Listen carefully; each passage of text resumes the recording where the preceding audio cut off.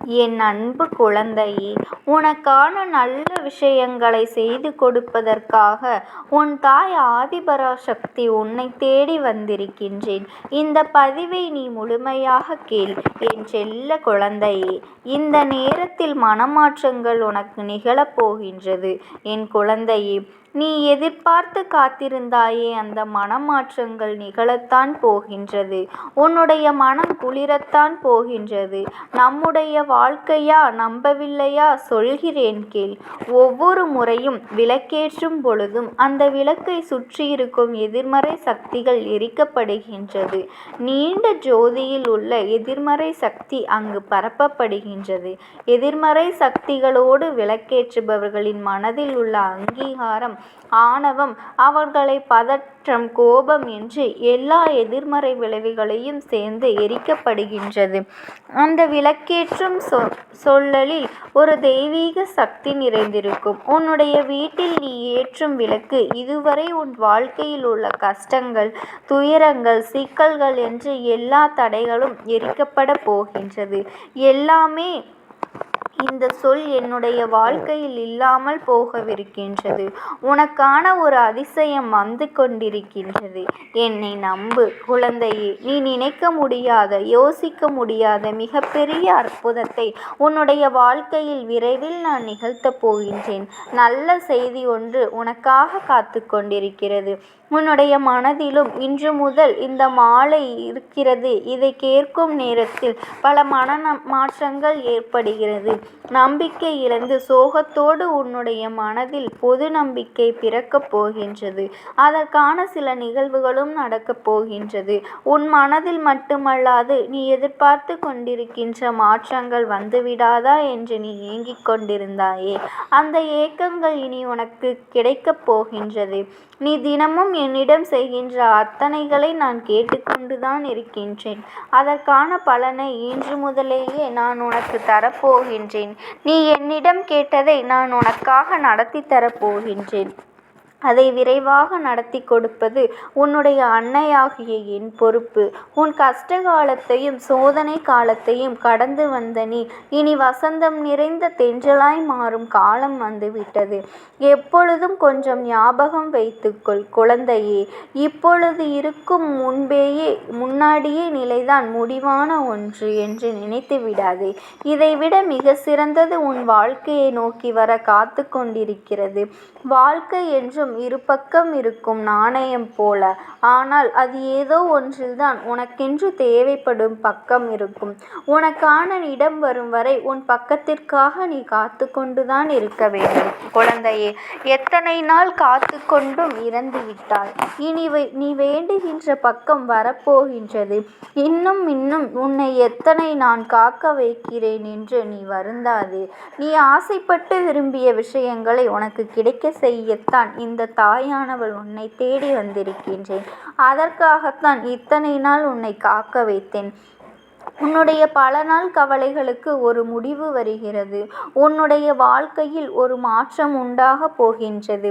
நீ எதிலும் தோற்று போக மாட்டாய். எனது குழந்தைகள் தோற்று போனதாக சரித்திரமே கிடையாது. என் பிள்ளையான உன்னை நான் வெறும் கைகளோடு போடும் பொழுது ஒரு நாளும் அனுப்ப மாட்டேன். நல்ல பல மாற்றங்களை நீ உணரப் போகின்றாய். உன்னுடைய மனதிலும் மாற்றங்கள் உண்டாகும். உன் வாழ்க்கையில் பெரும் மாற்றங்கள் உண்டாகும். நல்ல பல செய்திகளை நீ கேட்கத்தான் போகின்றாய். நல்ல தகவல்களை நீ எதிர்பார்த்த இடத்திலிருந்து பெறப்போகின்றாய். என்னை எத்தனை காலங்கள் காத்து கொண்டிருந்தாயே, இனி ஒரு நொடி கூட தாமதிக்காமல் மிக குறைந்த காலத்தில் உனக்கு அதை நான் நிறைவேற்றி தருகின்றேன். உன்னுடைய வேண்டுதல்கள் அனைத்தும் நிறைவேறிய பிறகு நீ வாழ வந்த மகிழ்ச்சியான வாழ்க்கையை பார்ப்பதற்காகவே உன்னுடைய அன்னை நான் காத்திருக்கின்றேன். உன்னுடைய முகம் மலர்ந்து உன் முகத்தில் இருக்கும் அந்த மகிழ்ச்சியை பார்ப்பதுதான் இப்பொழுது உன்னுடைய இந்த அன்னையின் முதல் வேலை. உன் கவலைகளை எல்லாம் மறந்துவிட்டு இன்று முதல் மகிழ்ச்சியாக இரு. நல்லதை நினைத்து கொண்டிருக்கும் என் செல்ல பிள்ளைக்கு நான் எப்பொழுதும் நல்லதை மட்டுமே நடத்தி கொடுப்பேன். கஷ்டம் வரும் தொழிலில் என் நாமத்தை மட்டும் நீ உச்சரித்து நினைத்துப்பார். அடுத்து இதை மட்டும் நீ செய்தால் உன்னுடைய வாழ்க்கை வளம் பெறும். இனிப்பான செய்திகள் உன்னை தேடி வரும். என் குழந்தையே, எனது வார்த்தைகளை மதித்து நீ இந்த வாக்கினை கேட்க வந்திருக்கின்றாய். இதை இப்பொழுது எங்களுடைய கேட்டுக்கொண்டிருக்கும் உன்னிடத்தில் நான் பேசிக்கொண்டிருக்கின்றேன். ஏனென்றால் காரணம் இல்லாமல் என்னுடைய வார்த்தைகள் உன் கண்ணில் படாது. யாரிடம் எதை எப்பொழுது எந்த தருணத்தில் சேர்க்க வேண்டுமோ அதை அவர்களிடத்தில் அந்த நேரத்தில் நான் கொண்டு சேர்ப்பேன். எனவே எனது இந்த வார்த்தைகள் உன் கண்ணில் பட்டு இந்த வார்த்தைகள் உன் சேவைகளில் சேர்ந்து கொண்டிருந்தால் சர்வ நிச்சயமாக இது உனக்கு சொல்லப்பட்டது. முழுமையாக கேட்டால் முழுவதும் புரியும். எப்போது நீ வலிகளோடு தான் போராடி கொண்டிருக்கிறாய், அதை நான் பார்த்து கொண்டுதான் இருக்கின்றேன். வலியை பொறுத்தே வெல்வார். வாழ்க்கையில் சில நேரங்களில் சேர்ந்தும் உன்னையே நீ இழந்து கொண்டிருக்கின்றாய். இருப்பதாகவும் எல்லாவற்றையும் விட்டுவிட்டு வேறு எங்காவது போய்விடலாம் என்ற உணர்வு நிலை உனக்குள் ஏற்படலாம். குழந்தையே, அனைவரையும் தேடி தேடி சென்ற நீ எப்பொழுதெல்லாம் எனக்கு யாரும் வேண்டாம், தனிமையில் என்னை விட்டுவிடுங்கள் என்று நீ கேட்கும் அளவிற்கு மனமுடைந்து காணப்படுகின்றாய். நீர் இந்த உலகில் எனக்கு முன்னால் இருக்கின்றேன் என்ற மன அழுத்தத்தில் உன்னை நீ வெறுக்கத் தொடங்கும் பொழுது உன்னுடைய வாழ்க்கை உண்மையிலேயே அர்த்தமற்றதாக மாறிவிடும். இந்த தருணமே உனக்கு மனசோர்வை ஏற்படுத்துவதாக இருக்கும். இத்தகைய எண்ணங்களில் ஒற்றத்துடன் இருந்தால் உன்னுடைய மனசோர்வு மேலும் ஆழமாக சென்று உன்னை அகல பாதாளத்தில் தள்ளிவிடும். இந்த காலகட்டத்தில் தான் நீ உன்னுடைய எண்ணங்களை கட்டுப்படுத்த வேண்டும். ஒன்று மட்டும் உறுதியாக என்னால் கூற முடியும் குழந்தையே, இந்த நிலையில் உனக்கு நீதான் உதவி செய்து கொள்ள முடியும். அப்படி பிறர் உதவியை நாடுகிறது உனக்கு நீ என் உதவி செய்யாவிட்டால் யாரும் உன்னை மன அழுத்தத்திலிருந்து வெளியில் கொண்டு வர இயலாது. இப்படியான எதிர்மறை எண்ணங்களை எல்லாம் ஏற்றுக்கொள்ளாமல் அதை எதிர்த்து நின்று போராடுவது என்பது அத்தனை எளிதல்ல. ஆனால் உன்னுடைய மனதை திசை திருப்புவதன் மூலம் எல்லாவற்றிற்கும் ஒரு ஒளி பிறக்கும். என் தங்கமே, நீ என் மனதை திருப்ப வேண்டும் என்று கேட்டால் அதற்குத்தான் ஒருத்தி உன் அன்னை அமர்ந்து கொண்டிருக்கின்றேனே. உன்னுடைய மனதையும் எண்ணங்களையும் நினைவுகளையும் என்னிடத்தில் திறந்து உன் மனதில் உள்ள ஒட்டுமொத்த பாரத்தையும் என்மேல் நீ ஏற்று. நீ கவலை கொள்ளாதே. உன்னை சுற்றியுள்ள சூழல்களை எல்லாம் மறந்து என் வழிப்படி முக்கியமின்றி உன் மனதை முழுதாய் என் பக்கம் திரும்பி என் சன்னிதானத்திற்கு வந்து எனக்கு ஏதேனும் நைவேத்தியம் படைத்து என் நிவேதி என்னை வழிபட்டால் போதும். உனக்கு சகல விதமான பிரச்சனைகளையும் தீர்ந்து நான் உனக்கு நல்லதே நடத்தி வைப்பேன். எப்பொழுதும் உன் அன்னை உனக்கு துணையாக இருப்பேன். உன்னுடைய இந்த கஷ்டமான வாழ்க்கை மாற வேண்டும் என்றுதான் என்னிடம் பிரார்த்தனை செய்து கொண்டிருக்கின்றாய். இதோ உன் பிரச்சனைகளை எல்லாம் சரி செய்து என்னிடம் கேட்ட எல்லா விஷயங்களையும் உனக்கு நடத்தி கொடுக்க போகின்றேன். அதற்குள்ளாகவே உனக்கு ஏன் இவ்வளவு அவசரம்? நீ நினைத்த விஷயம் நினைத்த விதமாக நல்லபடியாக நடக்கப் போகின்றது. உன்னுடைய பிரார்த்தனைகளை எல்லாம் நான் நிறைவேற்றி நிச்சயமாக நீ எட்ட முடியாத காரியங்களை எல்லாம் எட்டி பிடிக்கும்படி செய்ய போகின்றேன். என் செல்லமே, உனக்கான விஷயங்கள் எல்லாம் வெற்றிகரமாக நடக்கும்.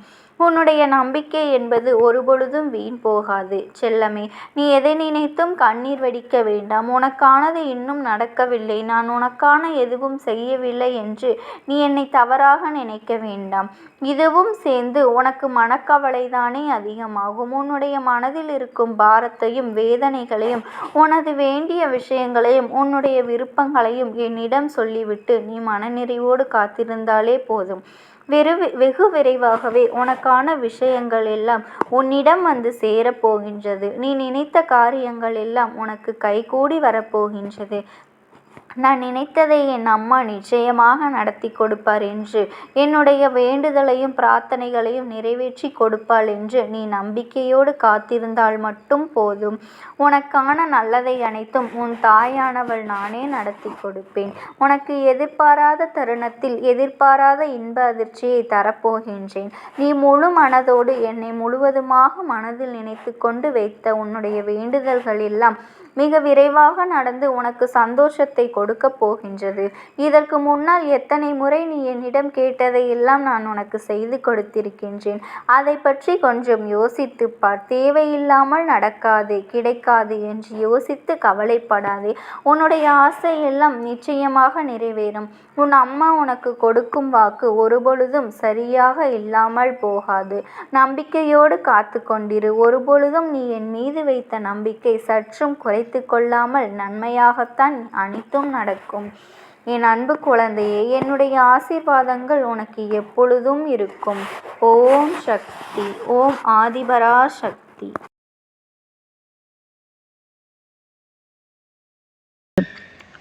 உன்னோடு பேசுவதற்கு ஆசைப்படுகின்றது என் தங்கமே. நான் உங்களுக்கு ஒரே ஒரு வாய்ப்பினை உருவாக்கி கொடுக்கின்றேன். அந்த ஆத்மாவின் வாக்கினை கேட்பதற்கு இதுவே உனக்கு கிடைக்கின்ற கடைசி வாய்ப்பாகவும் இருக்கலாம். அதனால் என் பிள்ளையே, இந்த வாய்ப்பினை நீ சரியாக பயன்படுத்தி கொண்டு அந்த ஆத்மா உன்னோடு என்ன பேச நினைக்கின்றது, அவர்கள் எதை உன்னிடத்தில் சொல்ல நினைக்கின்றார்கள், வெளிப்படுத்த முயற்சி செய்கின்றார்கள், எதனால் உன்னை தேடி வந்திருக்கின்றார்கள் என்பதனை எல்லாம் நீ தெரிந்து கொள்ள வேண்டும். என் தங்க பிள்ளையே, அவர்கள் எப்படி இந்த தெய்வத்தின் அருகில் வந்தார்கள் என்று நீ யோசிக்கலாம். என் தங்கமே, உன்னுடைய இல்லத்தில் சமீபத்தில் இறந்து போன ஒருவரினுடைய ஆத்மாவானது சில நாட்களாகவே உன் இல்லத்தை சுற்றி சுற்றி வருகின்றது. இந்த அம்மா அதனை கண்டுவிட்ட பிறகு, எதற்கு இங்கே சுற்றி கொண்டிருக்கின்றாய்? நீ இருக்க வேண்டிய இடத்தில்தானே இருக்க வேண்டும். என் பிள்ளையின் வீட்டில் உனக்கு என்ன வேலை என்று கேட்ட பொழுதுதான் அந்த ஆத்மா என்னிடத்தில் சொன்ன விஷயம், எனக்கும் என்னிடத்தில் இருக்க வேண்டும் என்றுதான் ஆசையாக இருக்கின்றது. ஆனால் சில விஷயங்கள் என்னை அங்கே செல்ல விடாமல் தடுத்து கொண்டு இருக்கின்றது. எனக்கு என்னுடைய குடும்பத்தில் இருக்கின்றவர்களிடம் பேசியாக வேண்டும். என் மனதில் தோன்றுகின்ற சில விஷயங்களை அவர்களிடத்தில் சொல்லிவிட்டால் நான் மனநிறைவோடு இங்கிருந்து சென்று விடுவேன். சில விஷயங்களை நான் அவர்களோடு பகிர்ந்து கொள்ளாமல் விட்டுவிட்டேன். அதற்கு சரியான நேரம் இப்பொழுது வந்திருக்கின்றது. இப்பொழுதும் சொல்லாமல் நான் சென்று விட்டால் இனி காலம் முழுவதும் என்னால் அவர்களிடத்தில் சொல்லிவிட முடியாது. இதற்கு நீங்கள்தான் துணையாக நிற்க வேண்டும் அம்மா என்று என்னிடத்தில் வாய்ப்பினை ஏற்படுத்தி கொடுக்க வேண்டும் என்று கேட்டது. என் தங்க குழந்தையே, இப்படி இருக்கும் பொழுது அவர்களிடத்தில் சொல்லிவிட முடியாது. அந்த வாய்ப்பினை ஏற்படுத்தி கொடுத்து என் வீட்டில் உள்ளவர்களிடம் பேச வைக்க வேண்டும் என்று என்னிடத்தில் கோரிக்கை வைத்தது. என் தங்கமே, இப்படி மனதிலே எந்த கெட்ட எண்ணங்களும் இல்லாமல் உன் குடும்பத்திற்காக பேச வேண்டும் என்று கேட்ட ஆத்மாவிற்கு நான் அந்த வாய்ப்பு வழங்குவது தானே முறையாக இருக்கும். அதனால் இந்த அம்மா அந்த ஆத்மாவிற்கு அந்த வாய்ப்பினை கொடுக்க முடிவுகள் செய்து இப்பொழுது உன்னோடு பேசுவதற்காக வரவழைத்திருக்கின்றேன். என் பிள்ளையே, அந்த ஆத்மாவானது உன்னிடத்திலே என்ன பேசுகின்றார்கள் என்பதனை நான் என் மூலமாக உன்னிடத்தில் பேசி சொல்கின்றேன். இந்த அம்மாவிடத்திலிருந்து தான் அவர்கள் மனதில் பேச நினைப்பதை எல்லாம் பேச முடியும். என் தங்கமே, நேரடியாக ஒரு ஆத்மாவின் குரலை உன்னால் அத்தனை சுலபமாகவெல்லாம் கேட்டுவிட முடியாது. இந்த அம்மா அதற்காகத்தான் இன்று இந்த உதவியை செய்கின்றேன். என் குடும்பத்தில் இருக்கின்றவர்களிடம் பேச வந்திருக்கின்றேன். உங்கள் எல்லோரையும் நான் இனி காணவே முடியாது என்பதனை நான் உணர்ந்து கொண்டேன். என் வாழ்க்கையில் நிறைவாக இருந்து என்னால் உங்களுக்கு கஷ்டங்கள் வந்தாலும் உங்களால் எனக்கு எந்த கஷ்டங்களும் இதுநாள் வரையிலும் வந்தது கிடையாது. நான் நினைத்தது போல இந்த வாழ்க்கையை அத்தனை சந்தோஷமாக வாழ்ந்து கொண்டுதான் இருந்தேன். என் குடும்பத்தில் இருக்கின்றவர்களிடம் பேச வந்திருக்கின்றேன். உங்கள் எல்லோரையும் இனி நான் காணவே முடியாது என்பதனை நான் உணர்ந்து கொண்டேன். உங்களோடு இருந்த இந்த காலகட்டம் குறைவாக இருந்தாலும் நான் எனக்கு கிடைத்த சந்தோஷங்களும் மகிழ்ச்சியும் ஏராளமாக இருந்தது. அதனால் எனக்கு எந்த ஒரு கவலையும் இதுவரையில் இருந்ததே கிடையாது. நான் நினைத்தது போல இந்த வாழ்க்கையை நான் சந்தோஷமாகத்தான் வாழ்ந்து கொண்டு இருந்தேன். ஆனால் இவ்வளவு காலம் எனக்கு சீக்கிரமாக என்னுடைய ஆயுள் முடிந்துவிடும் என்று எனக்கு முன்பே தெரியாது. அது தெரிந்திருந்தால் நிச்சயமாக என் மனதில் இருக்கின்ற அத்தனை விஷயங்களையும் நான் உங்களிடத்தில் சொல்லியிருப்பேன்.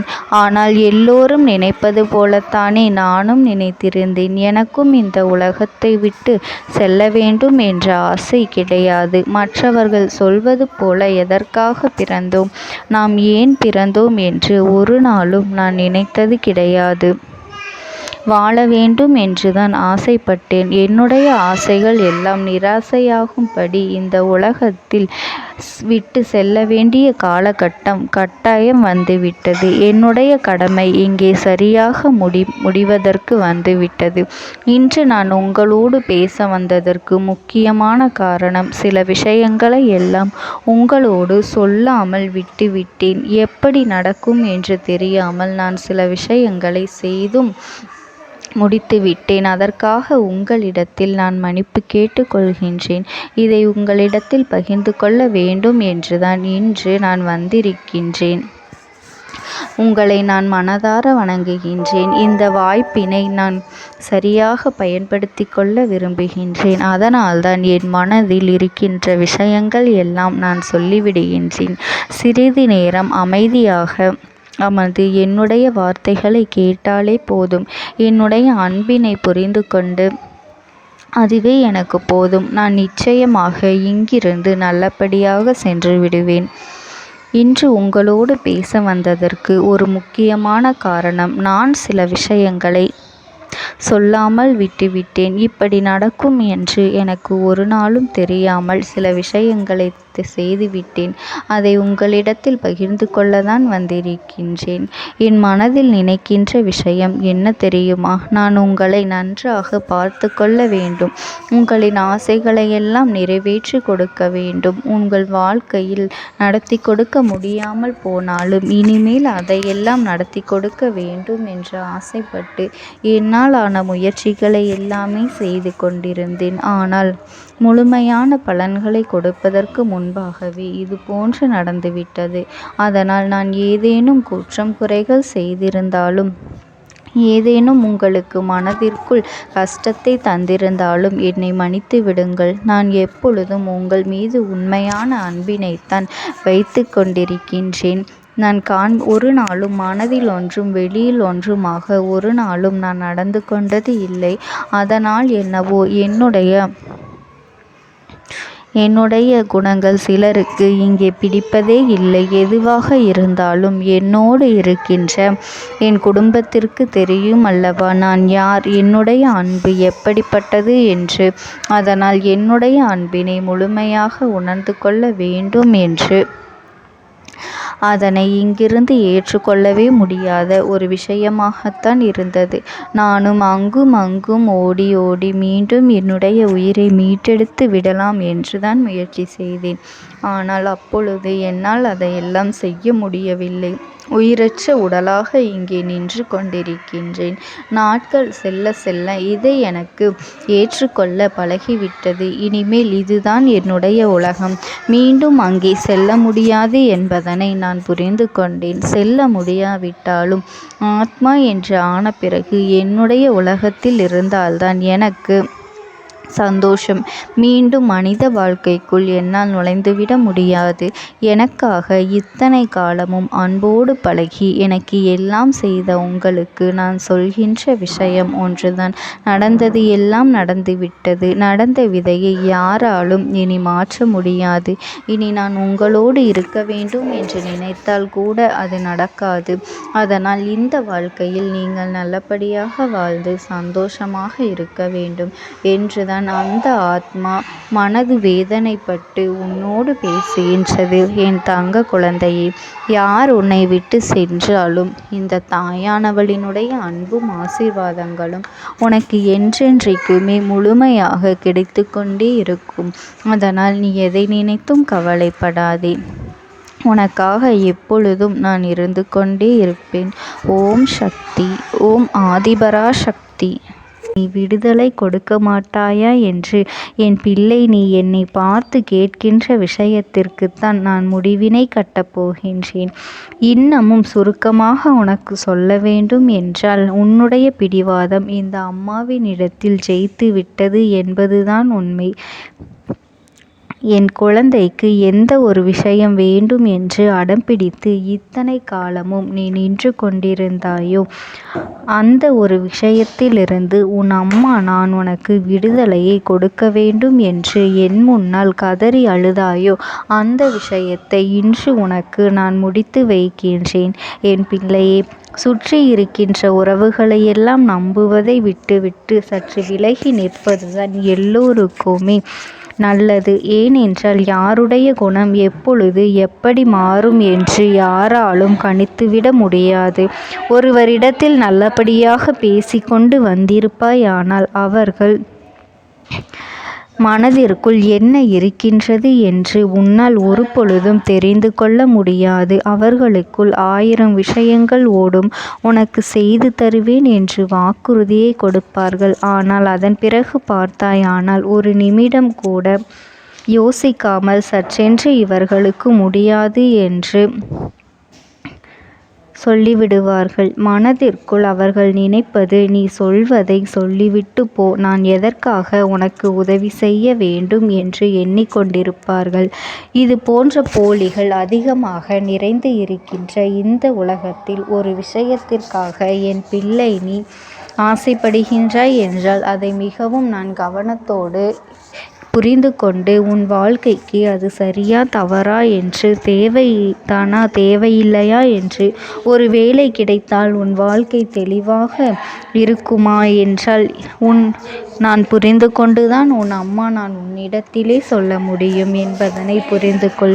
உனக்கு எத்தனை கால தாமதங்கள் ஆகியது என்பதனை அதனை புரிந்து கொள்ள அதை உன்னிடத்தில் ஒப்படைக்க வந்ததற்கு காரணம், பல அதிசக்தி வாய்ந்த பூஜைகளாலும் தெய்வங்களை நீ தொடர்ந்து வணங்கி கொண்டிருப்பதாலும் மட்டும்தான் உன் வேண்டுதல்கள் உச்சத்தை தொட்டுவிட்டது. தெய்வத்தின் மனதை நீ தொட்டுவிட்டாய். இனிமேல் உன்னிடத்திலிருந்து தெய்வத்தினால் தப்பிக்க முடியாது. நிச்சயமாக இனிமேல் இதனை நீ கொடுத்துதான் ஆக வேண்டும். எந்த எல்லைக்கும் செல்வதற்கு தயாராகிவிட்டாய்.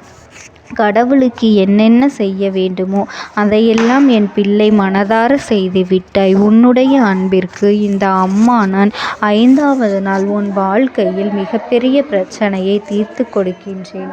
அம்மாவினை நம்பினால் உனக்கு சத்தியம். என்னை நீ நம்பவில்லை என்றால் இந்த அம்மாவினால் நிச்சயமாக எந்த விஷயத்திலும் இதற்கு பொறுப்பாக முடியாது.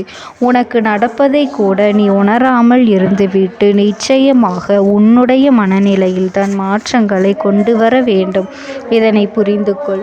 ஒரு முறை அல்ல, பல முறை இதை நான் சொல்லியிருக்கின்றேன். வாழ்க்கையில் தெய்வத்தினுடைய சக்தி வந்துவிட்டது என்றால் உனக்கு பல நல்ல விஷயங்கள் செய்வதற்கு முயற்சிகளையும் செய்து கொடுத்தது.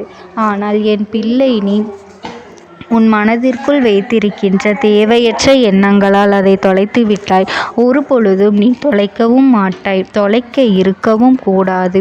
ஏனென்றால் உன்னோடு இருப்பது இந்த அம்மாவாகிய நான். உன்